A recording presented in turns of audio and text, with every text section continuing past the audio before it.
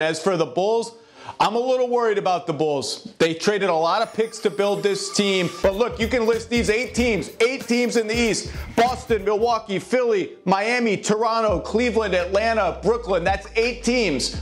Is Chicago better than any of them? And when I look at Chicago, I just don't see them being a top 6 team in the Eastern Conference. I have Boston ahead of them, Milwaukee, the Nets, Philly, Toronto, Cleveland, Miami. I have all those teams ahead of them, so I'm looking at them maybe getting in the play-in tournament at best, to be honest, which I even have the Hawks ahead of the Bulls. Sports media outlets and networks have historically been recognized as the gold standard for sports information and news with sound insight and analysis, and the most well-known network throughout the decades as the best source for information was ESPN. But over the years, ESPN has become slowly starting to lose credibility with their outlandish takes, shock value statements to generate clicks and viewership, and god-awful analysis when it comes to assessing sports. It's why small content creators like myself even wonder how a network such as ESPN and its analysts are even able to maintain their positions and status where their knowledge of sports just seems to be getting worse by the day. And although yes, I'm very biased when it comes to my own team, the level of hate and disrespect this network, ESPN, has shown for the Chicago Bulls has gotten to the point where all you can do is laugh. And that's exactly what I did when I saw ESPN put out their Eastern Conference projections for this upcoming NBA season, and where they had the Bulls finishing 12th in the Eastern Conference. The 4th worst team in the East, a team with 2 All-Stars, a top 10 center in the league, young talented players, strong role players, and overall great depth, is going to finish 12th in the Eastern Conference. This is a team that, although suffered injuries, finished 6th in the East last season and hovering around the 1 seed before they took a nosedive at the end of the year. Keep in mind, this is the same network that said last offseason the Bulls could miss the play-in and would have a terrible defense, when in reality, before Lonzo got injured, the Bulls had a top 10 defense in the league. So in today's video, we're going to be talking about how awful this projection is for the Eastern Conference. I'll also even touch on the Western Conference as well, and why ESPN just continues to further lose any credibility that they once had. So what's going on, everyone? You're listening to Bulls Central here. Hope you're all doing well. Guys, I mentioned this at the end of my previous videos, and because I know not everyone watches until all the way to the end, and I had people asking me about it, yes, I will be doing the 30K giveaway sometime this week, drawing 3 winners for Bulls tickets this season, or a jersey of your choice if you're not able to attend a game. I cannot thank you guys enough for getting the channel to 30K. Honestly, you guys are the ones that make this channel so fun. To be able to engage and interact with other die-hard Bulls fans is what drives me in moving this channel forward. So thank you again so much for that. It really does mean a lot to me, and I cannot wait to go through another season of this with you guys. So stay tuned for the giveaway this week, and make sure you're subscribed in the meantime if you like the content. So as I'm sure you all have seen by now, ESPN recently released their win projections for this upcoming season for both conferences, and this was followed by their completion of NBA rank, in which they individually rank the top 100 players in the league. And my last video, I actually reacted to these rankings, focusing on where they rank some of the Bulls players and how trash the overall list was. I had the video scheduled to be uploaded before my channel was put on hold, so it came out a little bit late. But honestly, when you look at the list and see that neither Zach LaVine or DeMar DeRozan were included in the top 25, guys that were both All-Stars, one of which made 2nd All-NBA team, and you realize how ridiculous this list panned out. You can watch my video talking about that more in depth. I don't want to reiterate it here if you've already seen the video, but the reason I bring that up is because we're seeing it yet again, this perpetual disrespect from ESPN, and projecting the Bulls to finish 12th in the East was just the icing on the cake, where you question if these quote-unquote analysts are even watching these games and following what's going on, rather than just throwing some lists out there and just seeing what sticks. So here is how ESPN broke down their win projections for this upcoming season. So as you can see, they have the Celtics, Bucks, Sixers, Raptors to round out the top 4, Hawks, Heat, Nets, and Cavs for the top 8 seeds, Knicks, Hornets, Wizards, and then the Bulls at 12th with an estimated win projection of 38. Yes, based on Kevin Pelton's stats projection win formula that he put together a while back, they have the Bulls 6 games below 500, 6 games.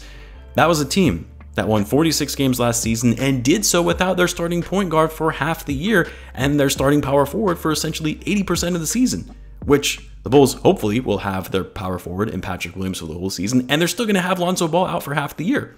So now a ton should change. Like, I get that the East got better, but how in your right mind, I don't care if it's just some stats-based formula, how in the world are you putting the Wizards Hornets, and the freaking Knicks ahead of the Bulls. All teams that did not even really improve their roster all that much. Sure, the Wizards are getting Beal back and healthy, but the Hornets lost Miles Bridges, who was arguably their second best player, but F that guy for what he did. And it's not like the Knicks made any roster upgrades aside from Jalen Brunson and overpaying him, but even with Brunson, I doubt he's going to be able to really move the needle for that team much further than where they were last season. Look, if you want to put the Cavs and Hawks ahead of the Bulls, that's fine. I get it. I don't agree with it, and I'll explain why in a bit, but that's fine because they made big splashes in the offseason in adding all-star level players to their already young core. While the Bulls didn't really make any big moves of importance, but come on now, the Wizards, Hornets, and Knicks, 3 teams that really didn't make much of progress in terms of offseason transactions and all being well behind the Bulls last season in the standings.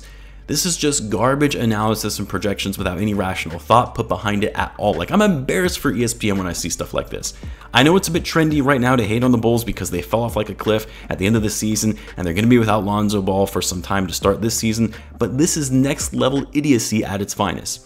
Now, to the top 8 teams that they have listed, sure, there is an argument you could put all of them ahead of the Bulls. I don't think that the argument is sound enough to say, yeah, all 8 of these teams are better than the Bulls, and as such, the Bulls will likely finish 9th. I mentioned I can see why some would put the Cavs and the Hawks ahead of the Bulls. Personally, I'm not really worried about either of these teams.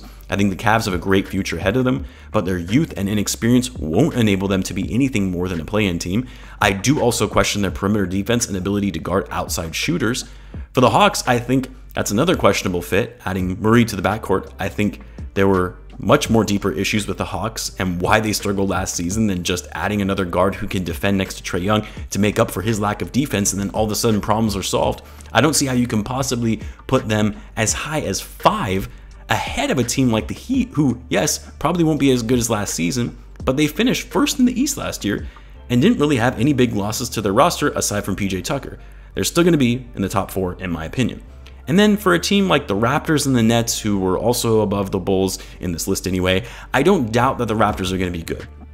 They're going to be another one of these teams that outperforms relative to what their roster looks like on paper.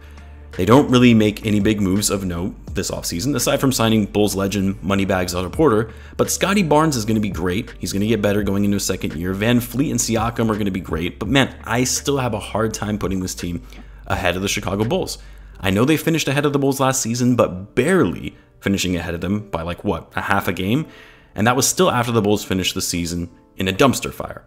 The Nets, that's a tough one because they have one of the best players in the game of basketball, one of the greatest scorers of all time, and a player who is, at his age, still coveting another championship, one in which he wants to win as his own team, unlike the Warriors. Yes, I'm talking about Kevin Durant.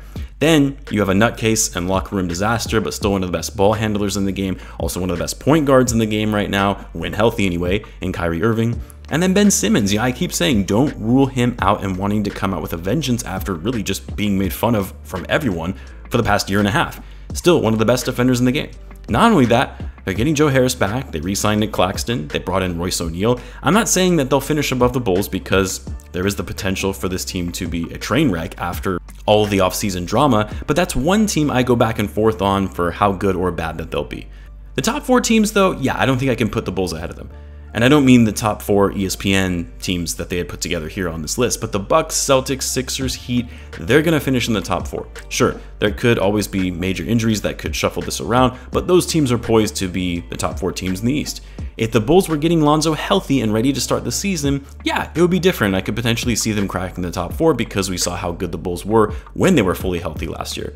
But with the uncertainty of when Lonzo will actually return, the fact that the East got even more competitive, I just think it's going to be a tall order for the Bulls to be able to finish in the top 4. Don't worry, I'll have my East standing predictions as we get closer to the regular season, likely after the preseason concludes, but based on my thoughts on this list, you can probably guess how I'm projecting the East to shape out. But look, you know, I see a lot of people becoming irate over these predictions on Twitter, and yes, it frustrates me as well. To me, it's just more annoying that you have these outlets who put out garbage work and get paid to do it, while you have great content creators who are putting out amazing material with actual analysis and insight to back up their claims. But as frustrating and annoying as it is, I'm actually for this. I feel like the Bulls take this kind of thing to heart and play much better when they're being overlooked and counted out. I'd much prefer having that underdog mentality rather than having these super high expectations and playing under pressure, as was the case with the Bulls last year when they exceeded expectations at the beginning of the season. The Bulls play better with a chip on their shoulder. It's the fuel and energy that motivates them. Let's just hope that that mentality can actually last them throughout the season. Anyway, I don't know about you guys. I'm fed up with these major networks doing whatever they can to create shocking takes for clicks. It works because, well, I for one still react to them, but I miss the days when major media outlets held some semblance of credibility and thought-provoking content. But let me know what you guys think in the comments, and as always, be sure to subscribe if you're a Bulls fan, as I do post daily Bulls content. Thanks again for tuning in, guys, and I'll catch you in the next one.